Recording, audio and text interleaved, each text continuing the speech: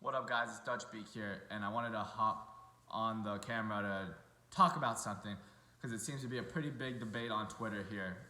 Is after another Dolphins win, the Dolphins now have 3 wins, people are freaking about their draft position. And I know we've all been kind of set on this tank for Tua. We wanted to tank to get that first pick of the draft, control your own board.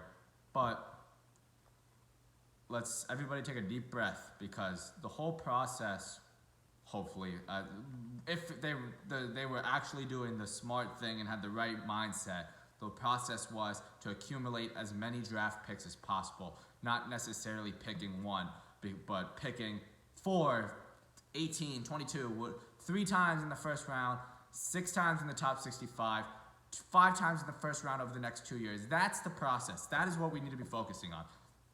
Not getting pick 1 or 2 to maybe get Joe Burrow. There has been no statistical evidence that says you need to pick your quarterback 1 and 2. What is wrong with going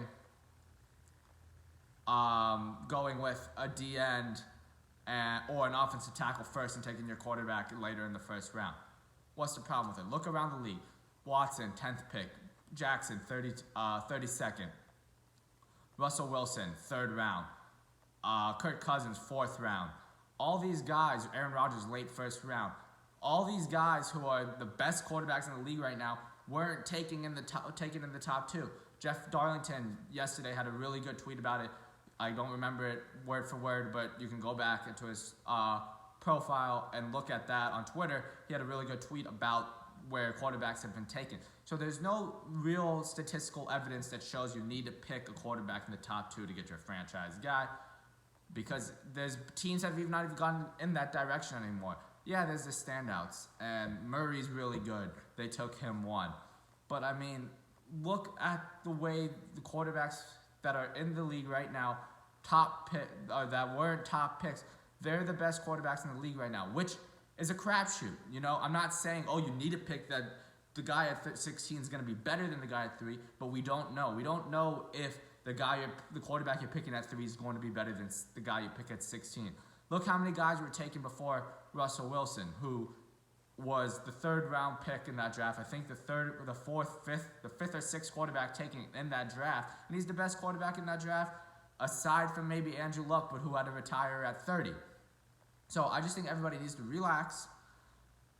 Remember that the most important part of this Dolphins rebuild is the picks that they have accumulated, and not getting a specific draft pick. And with the Tua injury, they might get lucky and get Tua at wherever they're picking, 5, 7, or even with one of the Texans or Steelers pick, depending where that lands.